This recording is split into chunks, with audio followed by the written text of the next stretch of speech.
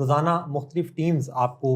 کے سامنے پیش ہوتی ہیں اور آپ کے مسائل کے اوپر وہ گفتگو کرتی ہیں۔ اس پروگرام میں آپ کیسے شریک ہو سکتے ہیں؟ فیس بک، یوٹیوب اور انسٹاگرام پر یہ لائیو چلتا ہے، تو آپ کمنٹ سیکشن کے ذریعے، ان باکس کے ذریعے اپنے مسائل، اپنے پیغامات، اپنے سوالات وہ بھیج سکتے ہیں تاکہ آپ کی جو مسائل ہیں ان کے اوپر بات چیت ہو سکے۔ آج چونکہ ہفتے کا روز ہے تو ہفتے کا روز ویسے ہی بہت خاص ہوتا ہے کیونکہ ویکینڈ کا آغاز ہو رہا ہوتا ہے، اور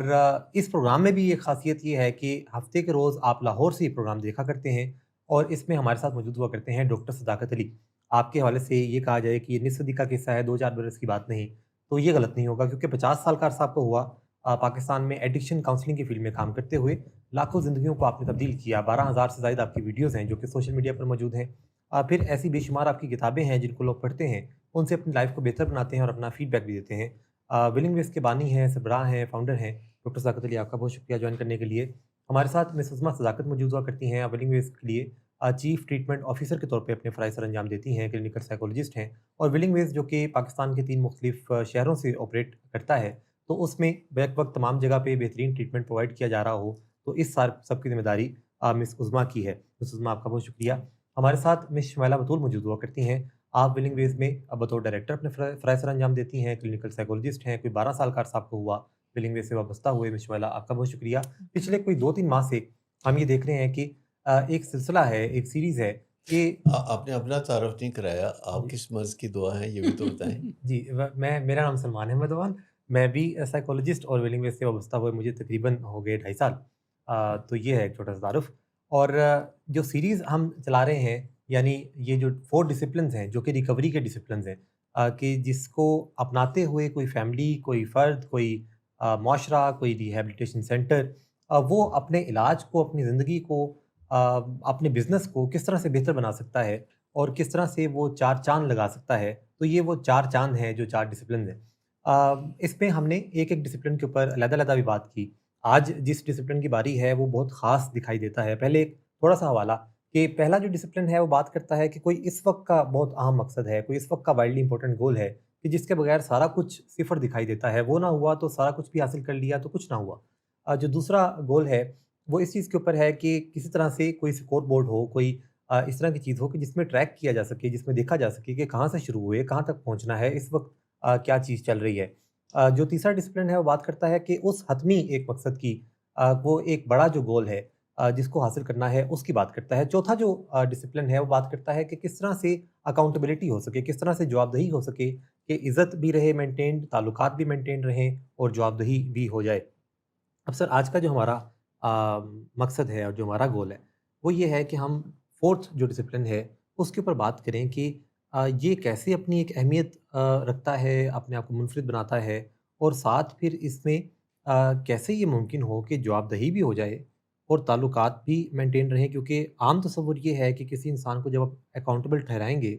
تو ڈیفینیٹلی تعلقات خراب ہوں گے، اور ڈیفینیٹلی اس میں جو ہے وہ کولڈ ہارٹیڈلی کو بات ہوگی۔ لیکن ہم جو بات کرتے ہیں کہ جواب دہی بھی ہو جائے، تعلقات بھی اچھے رہیں، سیف ماحول ہو، یہ کیسے ممکن ہو؟ تو ہم سٹارٹ اگر یہاں سے کریں کہ ولنگ ویز کو دیکھا جائے تو یہاں پہ ڈسپلن 4 کی کیسے ضرورت ہے؟ اکاؤنٹیبلٹی یا حساب کتاب کرتے ہوئے ڈیفینیٹ تعلقات خراب ہوں گے، یہ ڈیفینیٹلی تو ایسا نہیں ہے۔ ٹھیک، لاپرواہی کریں گے تو ضرور تعلقات خراب ہوں گے۔ ایک اہم بات یہاں پہ یہ کہی جا سکتی ہے کہ ازل سے انسان کا ایک نظریہ ہے جو بہت دل میں گھر کر چکا ہے کہ جب ہم دوسروں سے بات کرتے ہیں تو ان کا رد عمل آتا ہے تو پھر بعض اوقات ہمارے لیے یہ بنتا ہے کہ ان کے ساتھ بدسلوکی کریں۔ جی، یعنی جب ہمیں سامنا ہوتا ہے کسی کی طرف سے ٹوٹے ہوئے وعدوں کا، اور جہاں ایکسپیکٹیشنز خاک میں مل جاتی ہیں، جہاں جذباتی فضا بہت زیادہ ہوتی ہے، گرد اڑی ہوتی ہے، ایک جذباتی گرد ہوتی ہے، جہاں نفع نقصان بہت زیادہ ہوتا ہے اور اوپینینز آپس میں نہیں مل رہے ہوتے، تو ایسے موقع پہ جب بات چیت شروع کرتے ہیں ایک ٹھنڈے ماحول میں تو آہستہ آہستہ ماحول گرم ہونا شروع ہو جاتا ہے، تپش ایک دوسرے سے آنے لگتی ہے، ہمیں خود بھی اگر غور کریں تو پتہ چلتا ہے کہ اندر ایسے کوئی جیسے جوش پیدا ہونا شروع ہو جاتا ہے منفی قسم کا، اور ہماری ٹون، لب و لہجہ، باڈی لینگویج بدلنا شروع ہوتی ہے، آواز اونچی ہونی شروع ہو جاتی ہے، بالکل اور ہم سمجھتے ہیں کہ اس کو ہم ابھی پکڑ لیں گے، اس کو تھوڑا ٹھیک کر لیں گے، لیکن کرتے نہیں، اور پھر ایک ایسا موقع آ جاتا ہے کہ اگر ہم اسے پکڑنا بھی چاہیں تو پکڑ نہیں سکتے. لیکن وہ جو ایک برا نظریہ دل میں گھر کر کے بیٹھا ہوا ہے وہ یہ ہے کہ جب سچویشن ایسی ہو، جب وعدہ کوئی ایسے توڑے تو پھر اس کا بے عزتی تھوڑی بنتی ہے. یہ جو ایک سوچ ہے یہ ہزاروں سالوں سے انسانوں کے ذہن میں بیٹھی ہوئی ہے، اور جب وہ بدسلوکی کے لیے پر تول رہا ہوتا ہے تو اندر سے آواز آتی ہے کہ گو ہیڈ، بنتا ہے یہ کرنا تمہارا ایسا. اب یہی نظریہ ہے جسے پہلے بدلنے کی ضرورت ہے کہ انسانوں کے ساتھ بدسلوکی کرنا، بے عزتی کرنا نہیں بنتا، جانوروں کا بنتا ہے. جانوروں کا اس لیے بنتا ہے کہ وہ آپس میں تبادلہ خیالات کر نہیں سکتے، ان کی کوئی لینگویج نہیں ہوتی، وہ ایک دوسرے کو گھور سکتے ہیں، گھرا سکتے ہیں، ایک دوسرے کو دھکم پیل کر سکتے ہیں، ایک دوسرے کو فزیکل تکلیف پہنچا سکتے ہیں. ان کے ہاں یعنی جانوروں کی دنیا میں، حیوانات کی دنیا میں یہ بالکل مناسب سی بات ہے کہ وہ ایک دوسرے کے ساتھ یہ طاقت کا اظہار کرنا یا بے عزتی کرنا یا دھمکی دینا، گھرانا، گھورنا یہ بنتا ہے، کیونکہ ان کی بیولوجی بھی اس کا ساتھ دیتی ہے. ان کی بیولوجی ساری اسی کے ارد گرد ترتیب پاتی ہے. اب انسانوں کی بیولوجی میں بھی یہ سب چیزیں حیوانات والی موجود ہیں، لیکن اوور اینڈ ابو انسان کو ایک ایسے اخلاق کے زیور سے بھی آراستہ کیا گیا ہے، اور دماغ کا ایک حصہ ہے جو سوچ بچار کر سکتا ہے، سولوشنز نکال سکتا ہے، جسے ہم پری فرنٹل کارٹیکس کہتے ہیں. ان کا ایک ڈیوائن کنیکشن ہوتا ہے کسی ہستی کے ساتھ جس نے ان کو بنایا ہوا ہے، جو ان کو کچھ نہ کچھ لقمے فیڈ کرتی ہے. اور پھر انسان دنیا میں آتا ہے تو ایک ڈیرائیوڈ کنیکشن بھی ہوتا ہے کہ اس کے ماں باپ اس کو بتاتے ہیں کہ تم نے کیا کرنا ہے، اس کو مسجد سے بتایا جاتا ہے کہ تم نے اچھے راستے اختیار کرنے ہیں، اسکول، کالج، یونیورسٹی میں بتایا جاتا ہے، میڈیا سے بتایا جاتا ہے. ملکوں کے آئین ہوتے ہیں جو باقاعدہ لکھے ہوتے ہیں، گھروں میں بھی آئین ہوتے ہیں جو باقاعدہ نہیں لکھے ہوتے، لیکن گھروں میں ٹریڈیشنز ہوتی ہیں جن کے مطابق ہم نے سب نے چلنا ہوتا ہے. لیکن جانوروں کی دنیا میں ایسا کچھ نہیں ہوتا. تو انسانوں کو سب سے پہلے اپنے انسان ہونے کی پہچان ہونی چاہیے کہ وہ دوسرے جانوروں کی طرح نہیں ہیں، اور ان کے پاس یہ گنجائش موجود نہیں ہے کہ اگر کسی نے ان کی توقعات پہ پانی پھیر دیا ہے یا وعدے توڑ دیے ہیں، یا جو کہا تھا کہ ڈیلیور کروں گا وہ نہیں کیا، شکایات پیدا ہو گئی ہیں، تو یہ راستہ نہیں ہے کہ ان کی بے عزتی کی جائے یا ان کو دھمکی دی جائے یا ان پہ غصہ کیا جائے یا ان کو دھکا دیا جائے. اس کا نتیجہ کبھی بھی اچھا نہیں نکلتا. دھکے کا جواب پھر دھکا ہی ہوتا ہے، سلوشن نہیں ہوتا. تو انسانوں کو ہمیشہ اس پیراڈائم سے یا اس نظریے سے آپریٹ کرنا چاہیے کہ ہمیں کسی کے ساتھ بات چیت میں مشکلات ہو سکتی ہیں اگر کوئی اپنے وعدے پورے نہیں کرتا، یا ہمیں کسی نہ کسی طریقے سے تکلیف پہنچتی ہے اس کے رویے سے، ڈائریکٹلی یا انڈائریکٹلی. تو ہم چونکہ قدرت کی طرف سے بات چیت کی دولت رکھتے ہیں تو ہمیں وہ پہلے ٹرائی کرنا چاہیے. لیکن عموماً آپ نے دیکھا ہوگا کہ لوگ آخر میں بات چیت کی طرف آتے ہیں، حتیٰ کہ بڑے بڑے ممالک بھی پہلے لڑ بھیڑ لیتے ہیں، پھر آخر میں بات چیت کی طرف آتے ہیں، تھک کے، پریشان ہو کے. اسی طرح اگر ہم غور کریں تو جو کام یہ آخر میں ہم کرتے ہیں، اگر ہم یہ پہلے ہی کر لیں تو لڑنے بھیڑنے کی ضرورت نہ ہو. اب آپ کا سوال تھا کہ ولنگ ویز میں کیوں بطور خاص اس کی ضرورت ہے. ولنگ ویز ایک علاج گاہ ہے جو کہ ریہیبلیٹیشن کا کام کرتی ہے، جس میں لوگ اپنی زندگی سنوارنے آتے ہیں. اور ولنگ ویز میں پروفیشنل ہیں جو عرصہ دراز سے یہ خدمات انجام دے رہے ہیں، اور سب سے پہلے انہوں نے آپس میں اس چیز کی ایکسرسائز کرنی ہوتی ہے کہ اگر ان کو ایک دوسرے سے شکایت ہو تو انہوں نے گھورنا نہیں ہے، انہوں نے باڈی لینگویج سے بات نہیں کرنی، انہوں نے تبادلہ خیالات کرنا ہے، سرٹن سٹرکچر کے اندر رہتے ہوئے معاملات کو نپٹانے۔ پھر ولنگ ویز میں والدین آتے ہیں جو کئی سال تک جی یہ دکم پیل یا تصادم والے کھیل میں سے گزرتے ہوئے بہت تکلیف اٹھا چکے ہوتے ہیں، اور ہم نے ان کو بتانا ہوتا ہے کہ دیکھیں نشے کی بیماری کا دوسرا نام تصادم ہے،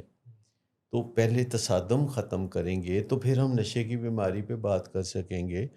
ہم اس کی جو روٹ کاز ہے اس پہ بات کر سکیں گے، اس سے بحالی کے چیزوں پہ بات کر سکیں گے۔ لیکن اگر ہم تصادم کی راہ اختیار کریں گے یا اس کو جاری رکھیں گے جی اور ایک دوسرے کو تکلیف دے کے بدلنے کی کوشش کریں گے، بعض اوقات ہم دوسروں کو تکلیف دے کے بدلنے کی کوشش کرتے ہیں، بعض اوقات ہم اپنے آپ کو دوسروں کے سامنے تکلیف دے کے ان کو بدلنے کی کوشش کرتے ہیں۔ تو تیسری طرف ہمارے پاس جو ہیرو ہے، جو اس کا اصل اس علاج گاہ میں مقام ہے بہت بڑا، وہ ہے نشے کا مریض یا جو کسی سیکیٹرک ڈس آرڈر میں یا تکلیف میں مبتلا ہے، جس کی خاطر اس کے چاہنے والے یعنی اس کے گھر والے ہم سے رابطہ کرتے ہیں، جو تھک بھی چکے ہوتے ہیں، پریشان بھی ہو چکے ہوتے ہیں۔ جی تو ہمیں اپنے مریض کو بھی سکھانا ہوتا ہے، کیونکہ وہ سب سے زیادہ چیمپئن ہوتا ہے اس بات میں کہ جب گھر والے اسے ٹوٹے ہوئے وعدے یاد دلاتے ہیں، نشے کے حوالے سے کچھ نہ کچھ طنز کے تیر چلاتے ہیں، تو وہ چیمپئن ہوتا ہے کہ اپنے گھر والوں کو چار و شانے چت کر دے، ان کے ساتھ کوئی منفی باتیں کرے، کایا پلٹ کے ان کے اوپر گرا دے کہ آپ ہی کی وجہ سے میری یہ حالت لڑائی ہے۔ جھگڑا ان کو وہ افورڈ کرتے ہیں، ان کو سوٹ کرتا ہے کسی پیشنٹ کو؟ نیچرلی اگر پیشنٹ جو ہے وہ بہت کوشش کرے کہ لڑائی جھگڑا نہیں کرنا، تو پھر اس کے لیے نشے کا دھندا جاری رکھنا بڑا مشکل ہو جاتا ہے، کیونکہ جب وہ آگے سے اوکھا ہو کے بولتا ہے تو فیملی پریشان ہو کے تو تھوڑا سا پسپائی اختیار کر لیتی ہے، اور فیملی جب پسپائی اختیار کرتی ہے تو اس کے پاس وہ اپرچونیٹی ہوتی ہے کہ نشے کا سلسلہ جاری رکھے۔ کبھی کبھی فیملی بھی غصہ نکالنے کے لیے پھر جب پیمانہ صبر ان کا لبریز ہو جاتا ہے اور وہ پھٹ پڑتے ہیں تو وہ بھی پھر اپنا غصہ نکالتے ہیں، پھر بہت باکمال باتیں کرتے ہیں، فیملی والے بھی ایسی باتیں کرتے ہیں کہ جس پہ ان کو بہت زیادہ بعد میں گلٹ ہوتا ہے، احساس گناہ ہوتا ہے کہ ہم نے اپنے بچے کے لیے اس طرح کی باتیں کی، اور اس کے بعد ان کے اندر درد اتنا زیادہ اٹھتا ہے کہ وہ اپنے گلٹ کو ٹھیک کرنے کے لیے کچھ نوازشات کرنے پہ اتر آتے ہیں، اور ان کو لگتا ہے کہ وہ نوازشات کرنے کے بعد وہ بڑی آسانی سے زندگی کو آگے جاری رکھ سکیں گے۔ یہ کمپنسیشن ہے، یہ کمپنسیشن ان کی ہوتی ہے۔ ان کا خیال زیادہ تر یہ ہوتا ہے کہ اگر وہ اچھا رویہ پیشنٹ کے ساتھ کریں گے باوجود اس کے کہ وہ گڑبڑیں کر رہا ہے، تو پیشنٹ بھی ریسیپروکیٹ کرے گا اور وہ بھی جواباً نشہ نہ کرنے کی طرف جائے گا، اپنی زندگی کو بہتر بنانے کی طرف جائے گا۔ لیکن یہ محض خام خیالی فیملی کی بھی ہے۔ مجھے یوں لگتا ہے کہ فیملی کی صحت، کسی بھی فیملی کی صحت، کسی بھی آرگنائزیشن کی جو صحت ہے اور کسی پیشنٹ کی جو سماجی صحت ہے، اس کو ہم میئر کر سکتے ہیں کہ وہ مشکل موضوعات پر اچھے طریقے سے بات چیت کیسے کرتے ہیں، ٹھیک ہے، چاہے وہ کسی آرگنائزیشن بھی کی ہیلپ فیملی کو اور پیشنٹ کو صرف آپ 2 منٹ بات کرتے دیکھ لیں، جیسے کہ ٹچ اینڈ گو میں ہم دیکھتے ہیں تو ہمیں اندازہ ہو جاتا ہے کہ پیچھے کہانی ساری کیسے چل رہی ہے۔ ابھی پچھلے دنوں ہمارے کسی سینٹر میں ایک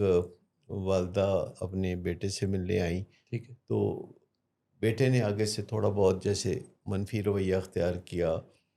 تو ملاقات ختم ہوئی تو انہوں نے ہمارے ڈائریکٹر صاحب کو کہا کہ میں تو چاہتی ہوں کہ یہ مر ہی جائے، 2-4 دن غم اٹھا کے میں نارمل زندگی کی طرف چل پڑوں گی، تو مجھے تو بس یہ ہے کہ یہ بس اللہ انہوں پردہ ہی دے دے۔ تو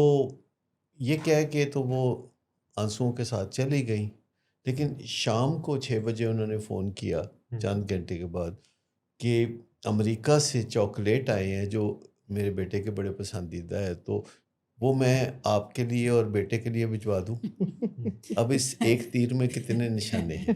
آپ کے لیے سے مراد ہے کہ وہ چاکلیٹ آگے پہنچ جاتے ہیں، یعنی دینے تاکہ بیٹے کو تاکہ ہیں، انکار نہ ہو. ہاں تاکہ دینے بیٹے کو ہیں لیکن آپ کو بیچ میں شامل کر اب لیا. مجھے بتائیے کہ امریکہ سے اسی دن چاکلیٹ آنا کوئی اتفاقات تو ہیں زمانے یہ کے؟ وہی کمپنسیشن ہے نا، وہ جو اگر میٹنگ خراب ہوئی ہے یا بات چیت اچھی نہیں ہوئی تو اس کا بھی وہی سمجھ رہی ہیں کہ اس کو بھی فکس میں نے ہی ہاں. کرنا ہے اور اس کی کمپنسیشن دیکھیں مجھے دنیا دینی میں پڑے گی. بے شمار ضابطۂ اخلاق کی باتیں ہیں، جی سبھی لوگوں کو وہ تقریباً باتیں پتہ ہیں، ہم. اور سبھی لوگ ایک دوسرے کو تلقین کرتے رہتے ہیں کہ جب کسی سے مذاکرات کریں تو امن اور سلامتی کے ساتھ کریں. صحیح. لیکن وہ ضابطۂ اخلاق ایک پنڈورا باکس ہے، بہت ڈھیر ساری باتیں ہیں، اور بڑے بڑے پڑھے لکھے لوگ، بلکہ زیادہ تر پڑھے لکھے لوگ جو ہیں وہ ضابطۂ اخلاق کی خلاف ورزی کرتے ہیں. مطلب اس کے لیے تعلیم کا کوئی مسئلہ نہیں، تعلیم کچھ نہیں بگاڑتی. انسان کا جو ضابطۂ اخلاق ہے تعلیم سے کچھ نہیں بگڑتا اس کا. یہ میں نے دیکھا ہے کہ بالکل جو ان پڑھ ہوتے ہیں بعض اوقات وہ بہت اچھے اخلاق کے مالک ہوتے ہیں، ان کے منہ سے پھول کھلتے ہیں، اور بعض اوقات میں نے بہت پڑھے لکھے، خاص طور پر بہت پڑھے لکھے، ان کو تڑکا لگا ہوتا ہے کہ ہم نے کوئی بد اخلاقی کے اندر ید طولہ حاصل کرنا تو ہے. جو آپ بات کر رہے تھے نا، بیسک مسئلہ تو نظریات کا ہے نا، اصل تو وہاں سے کہانی شروع ہوتی ہے نا. کیونکہ جتنے بھی لوگ ہیں اگر وہ کوئی اچھا ضابطۂ اخلاق سمجھتے بھی ہیں، پتہ تو ہم سب کو ہی ہوتا ہے اچھی باتوں کا، لیکن جب ہم سے ایگزیکیوٹ نہیں ہو پاتی فار سم ریزن، جذبات ہو سکتے ہیں یا رشتے کی نہیں، وہ اس مشکل کا ہو ایک سکتی اسکل ریزن سیٹ یہ ہے نا، ایک ریزن کہ یہ اسکل ہو آپ کے نظریات بعض اوقات درست ہوتے ہیں لیکن اگر اسکل نہیں ہے ان نظریات کو ایکسپریس کرنے کی تو آپ نہیں کر سکتے. اسکل کے پیچھے بھی مسئلہ ہوتا ہے بعض اوقات کہ اگر آپ سمجھتے ہیں کہ آپ خود معصوم ہیں، وکٹم ہیں، اور آپ سمجھتے ہیں کہ دوسرا ولن ہے اور ظالم ہے، تو یہ جو کہانی اندر ڈیولپ ہوتی ہے، اس کہانی کے نتیجے میں اخیر میں بندہ کہتا ہے کہ اس وقت بےزتی کرنا تو بنتا ہے. مطلب وہ جو جسٹیفیکیشن اپنے رویے کو ہے نا، وہاں پہ کسی کا دھیان نہیں جاتا. بعض اوقات لوگ کہتے ہیں کہ جی میں نے بہت برداشت کیا ہے، اب میرا بنتا ہے، اب میری بس ہوگی. تو یہ جو خود کو ایک تسلی والے ڈیفینس ہے، یہ ایسی ہی بات ہے کہ کوئی لال بتی کسی نے کاٹنی ہے اور وہ یہ چوک پہ پہنچ کے فیصلہ کرے گا کہ کاٹنا بنتا ہے کہ نہیں. مثال کے طور پر اگر اس نے ایئرپورٹ پہنچنا ہے اور فلائٹ نکل رہی ہے تو پھر لال بتی کاٹنا وہ سمجھے گا کہ بنتا ہے، حالانکہ نہیں بنتا. تو یہ پری میڈیٹیٹڈ ڈیسیژن ہوتے ہیں ہماری زندگی کے، کہ جن کے بارے میں ہمیں پکا پتہ ہوتا ہے کہ ہم نے یہ کام نہیں کرنا. تو یہ جو دوسروں کے ساتھ اخلاق کا دامن ہاتھ سے چھوڑنا ہے یا بد تہذیبی کرنا ہے، بد اخلاقی کرنا ہے یا بدتمیزی کہہ لیں، فیملی ممبرز یا کلائنٹس یا کوئی بھی ادارے میں جو ساتھی ہوتے ہیں، اگر ہمارے پاس ایک پری میڈیٹیٹڈ ڈیسیژن ہو، پہلے سے طے شدہ فیصلہ ہو کہ یہ ہم نے کرنا ہے، یہ ہم نے نہیں کرنا. لیکن نا کئی چیزیں ہوتی ہیں جن کے بارے میں ہم ایک ہی لفظ استعمال کرتے ہیں لیکن ایکچولی میننگ اس کے ہمارے اندر فرق ہوتے ہیں. مثال کے طور پر ہم سمجھتے ہیں کہ غصہ حرام ہوتا ہے، تو ہم کہتے ہیں غصہ حرام ہے، لیکن ہم نے پتہ ہوتا ہے کہ یہ ہم نے کرنا بھی ہے کیونکہ غصہ مردوں کا تو زیور ہوتا ہے، زیور تو عورتوں کا ہوتا ہے کیونکہ مرد تو زیور پہنتے نہیں ہیں. تو مردوں کا زیور ہوتا ہے کا بہانہ کر کے غصہ کرنا. پھر یہ ہم کہتے ہیں کہ شرک حرام ہے، لیکن ہم وہ بھی کر جاتے ہیں. لیکن پھر ہم کہتے ہیں شراب حرام ہے، تو شراب بھی لوگ پیتے ہیں، مسلمان بھی دنیا میں پیتے ہیں جو کہ کہتے ہیں شراب حرام ہے. لیکن پھر جب ہم کہتے ہیں نا کہ سور کا گوشت حرام ہے تو اس کے بارے میں ہم سچ مچ سمجھتے ہیں کہ وہ واقعی حرام ہے. حالانکہ لفظ ہم ایک ہی استعمال کر رہے ہیں لیکن ہر ایک کے اندر ہم نے گنجائش رکھی ہوئی ہے کہ یہ کام جو ہے یہ تو بالکل حرام ہے، یہ 70% حرام ہے، یہ 40% ہے، یہ 20%. تو اس طریقے سے ہم یہ جو اپنے آپ کو بھی گنجائشیں دیتے گنجائشیں دیتے چلے جاتے ہیں، اور ہر معاملے میں ہماری کلیئرٹی جو ہے وہ نہیں ہوتی. ایک چیز میں آپ کی بات سے کو ایکسٹینڈ کرنا چاہوں گی. ایک بات جو آپ نے کہی کہ پری میڈیٹیٹڈ کوئی ڈیسیژن ہونا چاہیے جو کہ آپ کو روکے جب آپ کوئی غلط کام کرنے کی طرف جاتے ہیں. میں نے جتنا بھی اپنی لائف کے تجربے سے بھی سیکھا اور پڑھا بھی کہ جب آپ کوئی ایک دفعہ پری میڈیٹیٹڈ ڈیسیجن کر لیتے ہیں کہ مجھے غصہ نہیں کرنا، یا مجھے نیم کالنگ کسی کو نہیں کرنی، یا مجھے برے لفظوں سے کسی کو مخاطب نہیں کرنا، تو یہ ایسا نہیں ہوتا کہ لائف ٹائم بس وہ ایک کیا ہوا فیصلہ چلتا رہے. آپ کو اس میں بھی تجدید وفا کرتے رہنا پڑتا ہے. آپ کو 5 سال کے بعد اپنے آپ کو پھر بتانا پڑتا ہے کہ نہیں یہ میرا ڈیسیجن ہے، یہ آج بھی برقرار ہے. تو یہ آپ کو، یعنی اگر آپ نہیں کرتے تجدید وفا ایسے فیصلوں میں، تو پھر کہیں نہ کہیں آپ چوک کر جائیں گے. دیکھیں، یہ وقت سے پہلے ہمیں کوئی بھی قدم اٹھانے سے پہلے یہ طے کر کے رکھنا ہوتا ہے کہ ہم نے اس کو کرنا کیسے ہے. ابھی آپ دیکھیے امریکہ اور ایران کے جو مذاکرات تھے، تو ان دونوں نے تہیہ کیا ہوا تھا کہ جب بھی ذرا غصہ آئے گا تو ہم کہیں گے کہ جی بالکل لوز ٹاک کرنی ہے، کوئی مذاکرات نہیں، جنگ ہوگی. لیکن پاکستان کا جو ایک بہت ہی اعلیٰ کردار سامنے آیا دنیا میں، جس میں پاکستان کی عزت کو 4 چاند بھی لگے، تو پاکستان کو جب یہ موقع ملا کہ ثالث کے طور پر یہ کام کرنا ہے، تو سب سے پہلے پاکستان نے لگتا ہے کہ یہ سوچا ہوا تھا کہ ہم نے حوصلہ نہیں ہارنا، ہمت نہیں ہارنی، چاہے یہ دونوں جو ہے بلونگڑے، یہ جو آپس میں لڑ رہے ہیں، جھگڑا کر رہے ہیں، یہ تو بچے ہیں، تو اگر یہ غلطی کریں گے تو ہم اپنی جد و جہد جاری رکھیں گے اور ہمت نہیں ہاریں گے. جب کوئی ایک آپے سے باہر ہوگا تو اس کو آپے کے اندر لائیں گے، جب کوئی دوسرا آپے سے باہر ہوگا تو اس کو بھی آپے کے اندر لائیں گے. تو کئی موقعوں پہ جب ثالث بھی کوششیں کرتے ہیں 2-4 اور ان کی کوششیں برابر نہیں ہوتی، تو ثالث بھی کہتا ہے کہ اچھا جاؤ پھر خسمانو کھاؤ. تو یہ جو ایک محاورہ ہے نا کہ جاؤ پھر خسمانو کھاؤ، تو یہ محاورہ زندگی کے ساتھ نہیں چلتا. جب آپ کا بچہ یا بھائی یا ماں باپ میں سے کوئی یا خامد یا بیوی نشے کی بیماری میں مبتلا ہوتے ہیں، جس کا اگر کچھ نہیں کیا جائے گا تو انجام بخیر نہیں ہے. تو اس میں سب سے پہلے تو آپ نے تہیہ کرنا ہوتا ہے کہ آپ نے اس وقت تک جد و جہد جاری رکھنی ہے جب تک کہ حتمی کامیابی نہیں ملتی. اچھا، اکثر میں نے دیکھا ہے کہ لوگ یہ دوسرے کو کہنا بہت امپورٹنٹ سمجھتے ہیں، ضروری سمجھتے ہیں کہ یہ آخری موقع ہے جو میں تمہاری مدد کر رہا ہوں. اچھا، ایک ایسا بندہ جو پہلے ہی مدد کا شوقین نہیں ہے، ایک بندہ جو پہلے ہی اصلاح کی طرف نہیں جا رہا، اور آپ اسے کہہ رہے ہیں کہ یہ آخری ہاف ہارٹیڈ کوشش ہے جو میں کرنے لگا ہوں. لیکن کچھ چیزیں ہیں